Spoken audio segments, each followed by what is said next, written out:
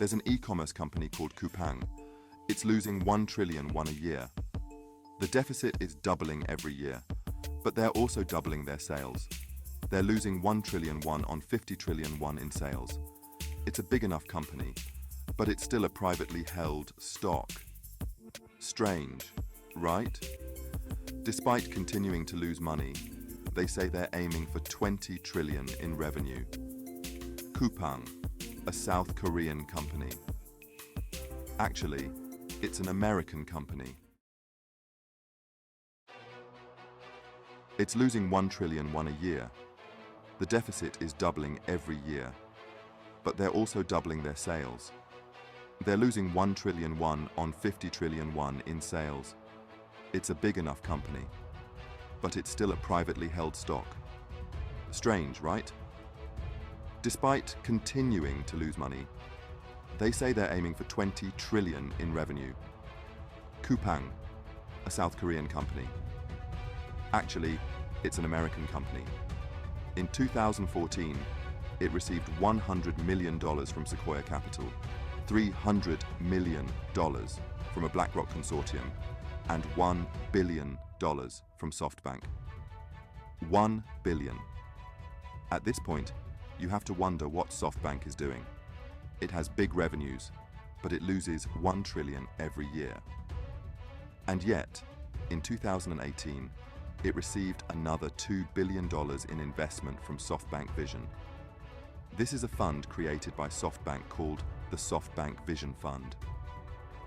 $2 billion when the company could be destroyed by capital erosion due to losses.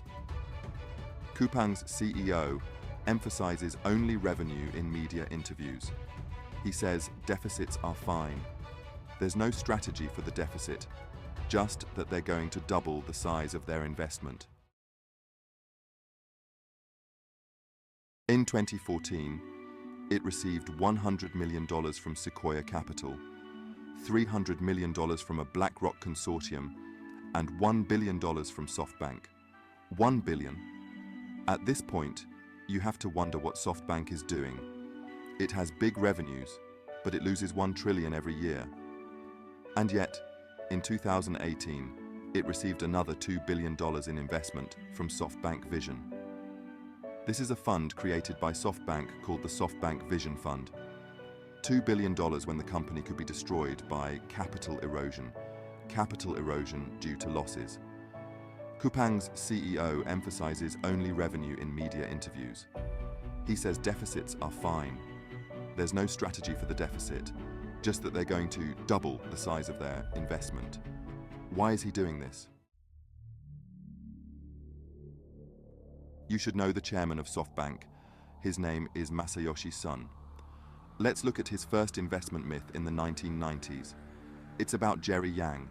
He invests $150 million in 27-year-old Jerry Yang and gets a 35% stake. What does Jerry Yang do? He builds Yahoo. In the early 2000s, he sells that investment for about $40 billion. How much was he worth then? About $70 billion. He was richer than Bill Gates, richer than Warren Buffett. Of course, this was during the dot-com bubble, so it was short-lived, maybe a day or two. But still, $150 million for a vision and $40 billion for his return seems like a lot of money. But the dot-com bubble reduces his fortune to about $1 billion.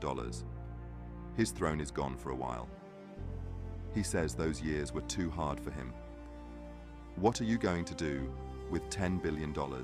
Barely $10 billion. Hoot. He gets another chance. It's Alibaba. They invest $20 million for a 10-minute presentation. When he says he wants to do e-commerce in China, he stops the presentation and signs a $20 million deal in 6 minutes. About 35% of Alibaba is his, and 20% is Yahoo. He pays about $1 billion for the stake. This later becomes tens of billions of dollars. So Yahoo goes beyond what it's supposed to be, because the return on that investment is greater than the entire Yahoo business. Yahoo is no longer a search engine company. The shareholders are more focused on Alibaba's growth, so Yahoo chooses to just let Alibaba take over. It's now a shareholder company, which is funny. When Alibaba goes public, SoftBank gets a $60 billion mark-to-market gain. That's $20 million turned into $60 billion. Yahoo also has a huge mark-to-market gain. The taxes on the sale of Alibaba stock would be greater than the entire value of Yahoo, so Yahoo chooses to sell itself to reduce taxes. The Chinese company IPOs, and the Japanese and American companies profit. Oh, and don't let the name Young-hee Son fool you into thinking she's Korean. She is Japanese of Korean descent. Her Japanese name is Masayoshi Son. There are similar cases. Netspurs, a South African company, invests in Tencent. It is about 30% of Tencent's shares. A $30 million investment becomes about $170 billion. Well, it's hard to even calculate the return. It's a world that most people can't imagine, but it's a small world for Mr. Son. He creates a $100 billion fund because, in his own words, you only live once, and I'm not interested in small bets. I guess you could say he's the world's biggest gambler. This fund invested in Coupang, and now you understand. 1 trillion won in Korean, about $1 billion, is nothing to him. Revenue is more important.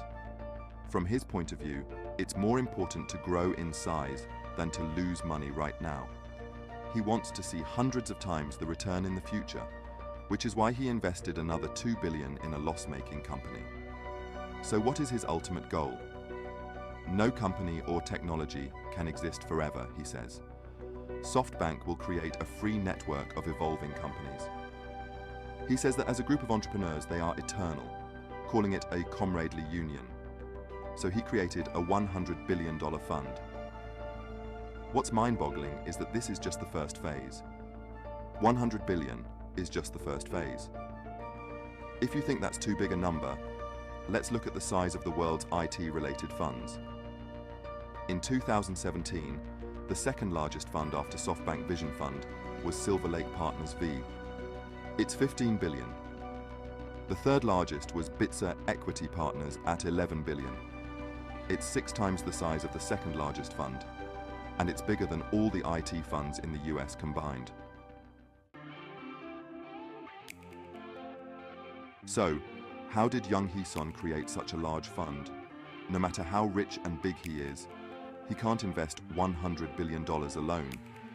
That's where oil money and global big companies come in. Saudi Arabia's sovereign wealth fund has invested $45 billion. Muadala has invested $15 billion. SoftBank has invested $28 billion. Apple has invested $1 billion. And companies like Qualcomm, Sharp, etc. have invested $4 billion. Does that give SoftBank hegemony over oil money? No. Oil money's investment is set up as a bond, which means it's borrowed. It's guaranteed a 7% interest rate, which means SoftBank is the majority shareholder in perpetuity. But investing is risky, and borrowing money at 7% and putting it back into the fund. Yes, it's a huge gamble. You're pushing the leverage to the limit. It's a $100 billion leveraged fund. Let's think about it. If you bet your life in World Hold'em, it's $1 million. The fund loses $1 billion if the price drops by 1%. $1 million is 1% of 1%. That's why South Korea's Coupang keeps growing even though it's losing money. Does a loss of 1 trillion won, about $1 billion, matter in this situation? The funny thing is that this strategy has worked. Coupang has already dominated the Korean retail industry. They offer their products below cost. The e-commerce industry has become a game of chicken. A new entrant to the market is playing chicken, and it's working. Most of the companies have closed their doors. The offline majors are also in jeopardy. They must have realized that they can't win this game of chicken. It's just beginning. 2017, I bought a 20% stake in Uber for $10 billion. In 3 years, Uber is now worth $120 billion. That's a 2 times time value of money. What's interesting is that Uber is also a loss-making company, but its revenue growth is exponential. SoftBank became the 3rd largest telecommunications company in the world. If it weren't for antitrust regulations in the US, it would have become the largest telecommunications company in the US. But it didn't stop there. It used the same strategy it used before: get acquired by the 4th largest company. It got acquired, but it became a majority shareholder. Let's take a look at some of the other companies that the Software Vision Fund has invested in here. We've invested $8.2 billion in Arm, $5 billion in Nvidia, $4.4 billion in WeWork, $2.3 billion in GM. Do you see something? They're trying to eat the world. They're creating an ecosystem, and within that ecosystem, they can do everything. They buy Flipkart in India and give it to Walmart, and they start a war with Amazon. They're going beyond tech companies and e-commerce. They're going into the consumer ecosystem. If you look at the ecosystem of the Vision Fund, it really makes no sense. He has semiconductor development, he's in the IT industry, and his plan is to take over the sharing economy behind them. If he succeeds, he's really taking over the world. Already, the US media is calling it a bomb. Will his ambitions be realized?